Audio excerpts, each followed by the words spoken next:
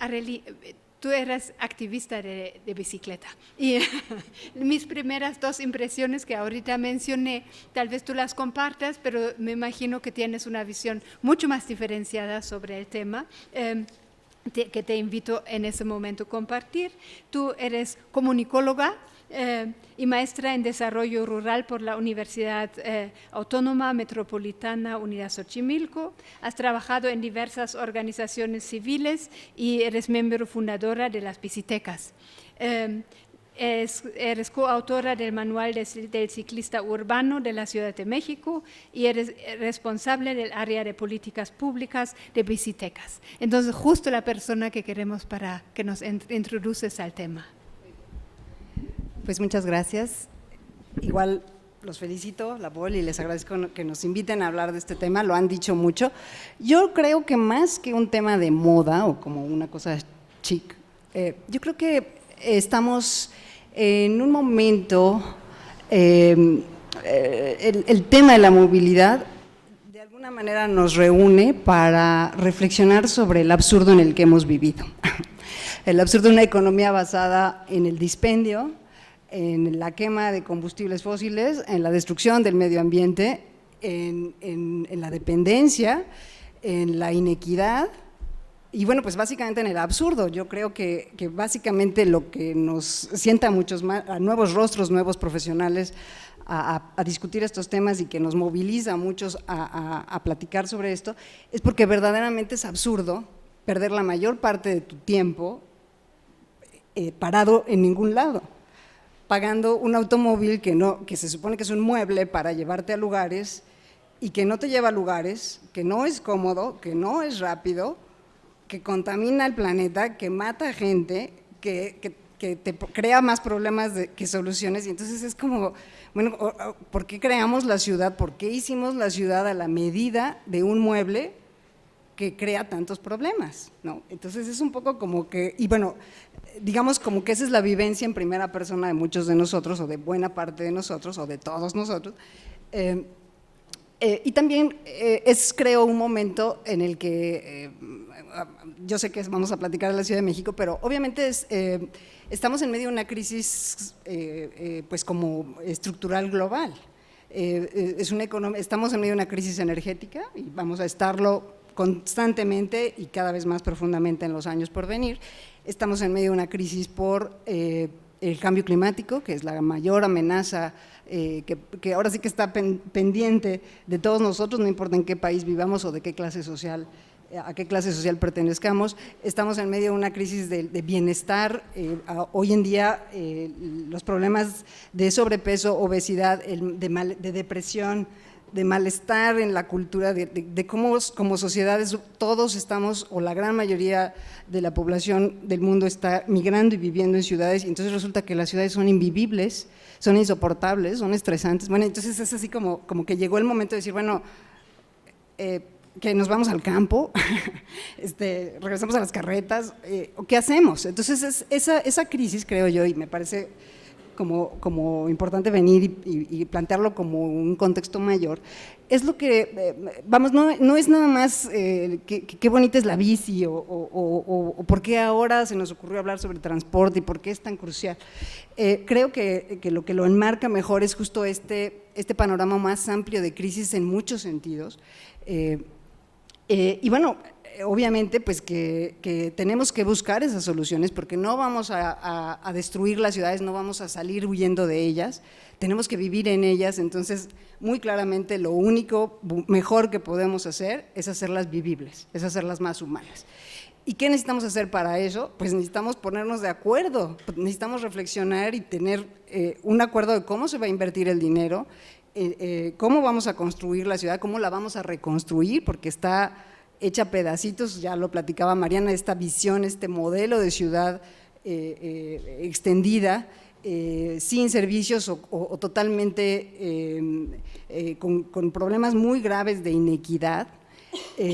En fin, todas estas cuestiones las tenemos que solucionar, y obviamente el ir y venir, el movernos dentro de esta ciudad, pues es un asunto clave, ¿no? Entonces, digamos, para nosotros como activistas de la bici, muy claramente nosotros empezamos como como hablando desde el corazón, porque nos gustaba andar en bici y teníamos derecho a andar en bici, y por qué no, y un poco, bueno, hemos defendido este derecho y esta oportunidad que algunos sentimos, bueno, que hemos sido históricamente relegados, ¿no? Básicamente no existíamos, éramos los invisibles de la ciudad, pero a partir de nuestro ejercicio, me parece como muy interesante que hemos logrado como venir a discutir o a elevar el debate o empezar a platicar de cosas un poco como el elefante en el cuarto, ¿no? Y si nos atenemos a las cifras en la Ciudad de México, es absurdo que tenemos una ciudad que dedica el 70% de su presupuesto y de su inversión al 30% al modo de transporte que solamente mueve 30% de los viajes. O sea, la mayor parte de la gente caminamos, la mayor parte de la gente llegamos a través del transporte público, nos movemos de algún modo sin auto, pero todo el dinero de todos nosotros está dedicado a esa minoría. Y esas decisiones de esa minoría nos hacen la vida imposible a todos, porque los automóviles producen el 60% de toda la contaminación que respiramos todos, producen accidentes y muertes del rango de casi 1000 muertos al año, que es obviamente, hay incluso estas comparaciones que en esta ciudad hay más muertos a causa de los llamados accidentes de tráfico que a través del crimen organizado, de otro tipo de muertes violentas, ¿no? Nada más para que nos demos una idea de, y como eso nos parece muy normal, pues es un accidente, ¿no? Pero los automóviles ocupan el 90% del espacio en nuestras calles, son los que producen el 90% del ruido urbano. Cuando hay oportunidad, y todos lo sabemos, llegan las vacaciones y todo el mundo dice, me voy de aquí, porque ya no soporto, y entonces hay largas filas como de horas y horas para salir de la ciudad. La ciudad se queda increíble, la ciudad es maravillosa, la ciudad es bellísima, estamos parados en una ciudad, es hermosa y no la conocemos. Hay estas encuestas sobre consumo cultural que es impactante. El 80% del consumo cultural de los capitalinos ocurre en nuestras casas, porque estamos parados en una ciudad de palacios, de patrimonio, de una de las más importantes capitales del mundo en términos de cultura, de clima, de lo que gusten. O sea, estamos verdaderamente parados en un lugar maravilloso y no lo conocemos, porque estamos hartos del tráfico. Entonces salimos de nuestro lugar de trabajo, la escuela, y llegamos lo más rápido que podemos a nuestra casa, nos tiramos en un sofá y prendemos la tele. Nuestros hijos no conocen la ciudad. Y entonces tenemos esta relación como de amor-odio con una ciudad que verdaderamente deberíamos adorar. Es una ciudad maravillosa, pero necesitamos… como que creo yo que lo que los ciclistas como activistas hemos hecho es empezar a nombrar a ese elefante que hay en el cuarto, ¿no? ¿Por qué nos movemos así? ¿Por qué, si esta forma de movilidad es tan ineficiente, tan cara, tan contaminante, tan estorbosa, tan inequitativa, nos molesta, nos choca, no la queremos? Entonces, ¿por qué nos movemos así? ¿Por qué? Y entonces justo la respuesta es, bueno, pues necesitamos aprender a hacer las cosas distinto. A nosotros nos dicen, me da miedo, no me respetan, vivo muy lejos, mi escuela, mi trabajo está muy lejos. Y entonces esas preguntas tan sencillas nos llevan justamente a decir, bueno, ¿y quién decidió esto así? ¿O el dinero dónde se va a poner a partir de ahora? ¿O por qué el dinero se va a ir, por ponerles un ejemplo, a 6,500 millones de pesos para quitar 6 semáforos en circuito? Y el presupuesto completo del año pasado de la ahora Secretaría de Movilidad es de 1,500 millones. A ver, explíquenme ustedes por qué quitar 6 semáforos y construir unos puentes para 100,000 coches puede tener casi 6 veces más dinero que todo el dinero de la Secretaría que está encargada de regular y de controlar el transporte público de toda la ciudad. A ver, ¿por qué? ¿Y por qué no dijimos nada? ¿Por qué permitimos este tipo de cosas? ¿No? En fin, como que es muy, creo yo que empezamos, lo que hemos abierto a través de este ejercicio de decir, sí, la bici es posible y tengo derecho, y no se vale que tú me arrolles y no se vale que tú contamines el 30% de la población el 30% de los viajes, perdón, contamine el aire del 100% de los que vivimos en esta ciudad. O sea, no sé si les parece tan claro, tan evidente como a mí, pero es inaceptable, es absurdo. ¿Por qué aceptamos esto? Entonces necesitamos abordar, pues, cómo se toman esas decisiones, cómo es la política pública,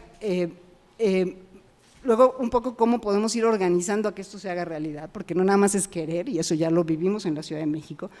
En los últimos 6 años vimos que había una voluntad política, que por fin se instaló una política pública hacia la bici, y sin embargo no avanzó pues mucho, con todo y que ha avanzado bastante. ¿Por qué? Porque no podían, porque no sabían, porque no se coordinan, porque lo que hace uno lo deshace el otro. En fin, necesitamos ir haciéndonos estas preguntas, ir haciendo también pues incidencia en donde es necesario revisar quién hace la política, cómo se invierte el dinero y luego cómo lo implementa. Y una parte que me parece también importante es que nosotros asumamos nuestro rol, porque tengo siempre la impresión, y a mí por eso la bici me ha encantado siempre como herramienta para humanizar la ciudad, que no nada más es una cosa de demandarle al gobierno. O sea, el gobierno hay que demandarle, por supuesto, y debe de prestar un servicio, debe de responder a una demanda, pero también son nuestras decisiones, dónde vivimos, a dónde ponemos a los hijos a la escuela, ¿no? Hasta cómo nos vestimos, ¿no? Pues si vas con un tacón de 7 centímetros y quieres caminar unas cuadras, pues te lo estás poniendo difícil, ¿no? Entonces mejor te llevas unos tenis y luego te pones los tacones, en fin, hay maneras de hacerlo, pues, pero sí es muy importante que como sociedad, además de que nos hagamos estas preguntas, que nos las hagamos en colectivo y podamos influir en quien toma estas decisiones, también voltemos hacia nosotros.